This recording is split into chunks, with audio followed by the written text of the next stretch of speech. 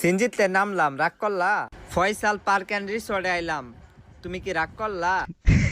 তারপর যায়া দি গো Doraemon gadget দিব ভাবছি, উপায় আছে, এটা গ্যাজেট দে না। তারপরে এদিকে দিক দেখলাম, তারপর নৌকার মধ্যে না এটা কি স্পিড বোট, পরে ফারা তরমুজ দিই গো, কাটা তরমুজের উপরে ওই উপায় আছে পুরো উপর উপর। জীবনে অনেক নৌকা দেখছেন পানিতে চলে, জীবনে কি দেখছেন যে নৌকা আবার আকাশে চলে? আকাশে উড়োজাহাজ নৌকা, এই যে উড়োজাহাজ নৌকাও আছে, ঠিক আছে, মানুষ খালি উড়ে।